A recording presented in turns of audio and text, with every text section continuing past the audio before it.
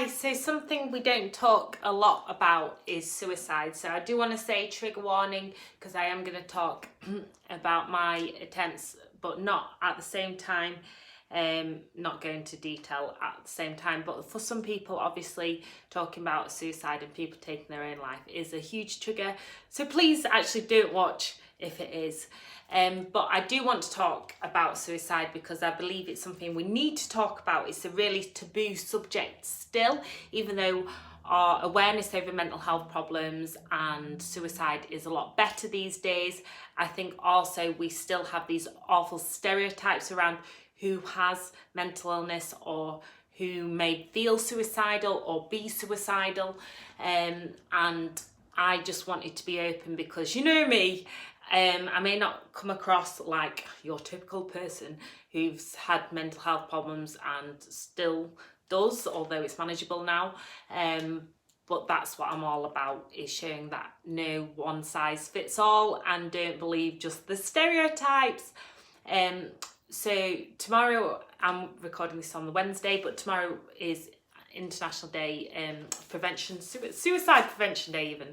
And so I wanted to talk about my newspaper article, my column, because actually there's been a couple of times where I have so-called survived suicide attempts on my own life, and many people would have described it as selfish. I've been called selfish in the past, which is one of the age-old things people say.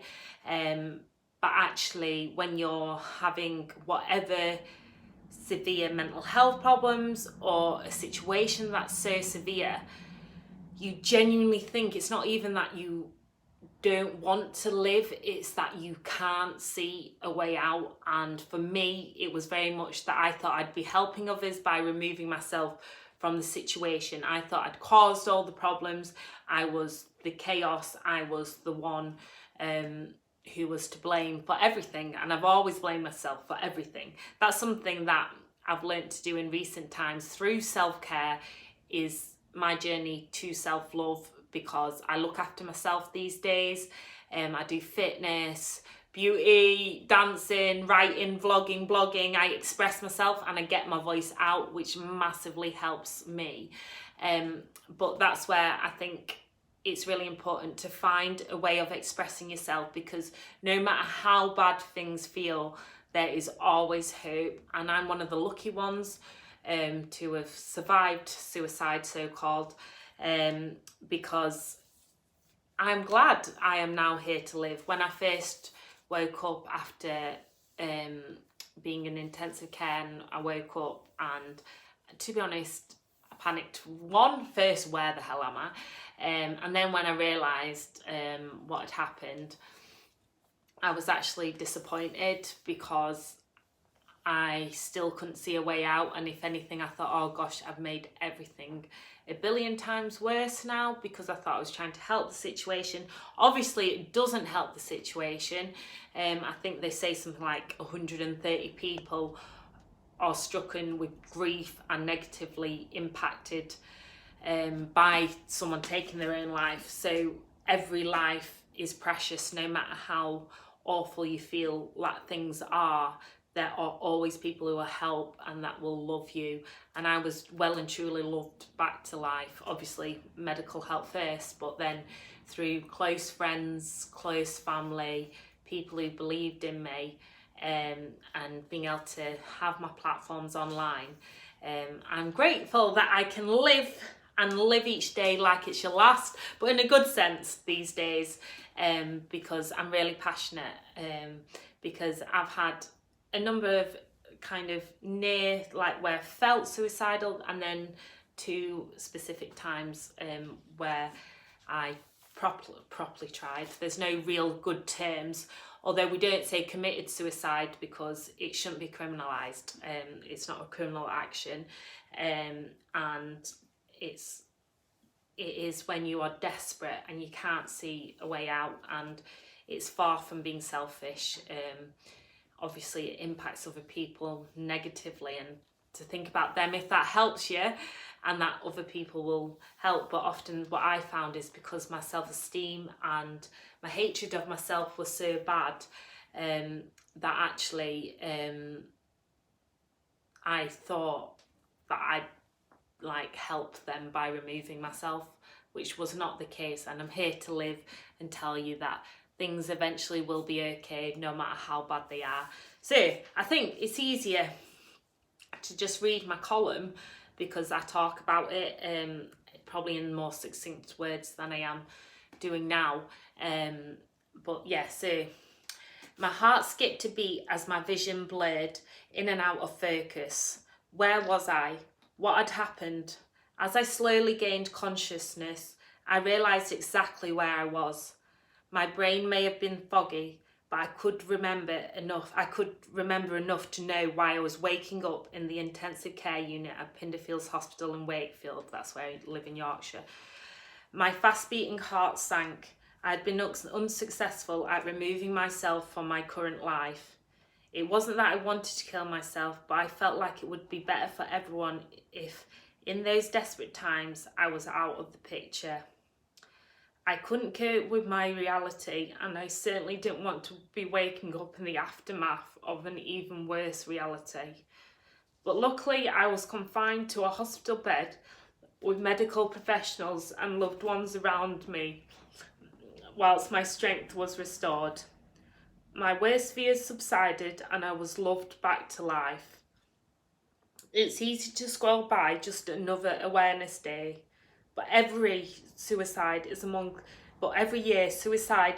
the top 20 leading causes of death globally for people of all ages, and this week marks World Suicide Prevention Day. So whilst for me it had been the second unsuccessful full attempt at taking my own life, there have been other times when I felt suicidal, and I was saved by a number of people, including friends and professionals. The theme of World Suicide Prevention Day is working together to prevent suicide, and it rings so true to me because it takes a joined up approach by all of us as humans, friends, carers, professionals, colleagues and members of the community to help one another not reach such a crisis point.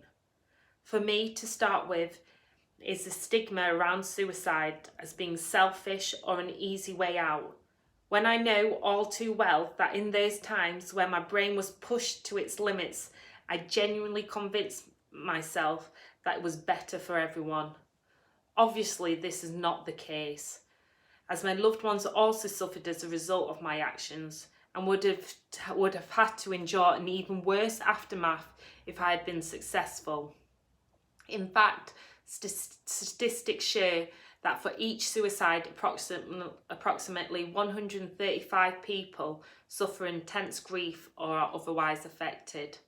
And the stigma around mental illness stems back even further prior to the point of suicide, where we see mental health problems as a weakness or that it only impacts a certain stereotype.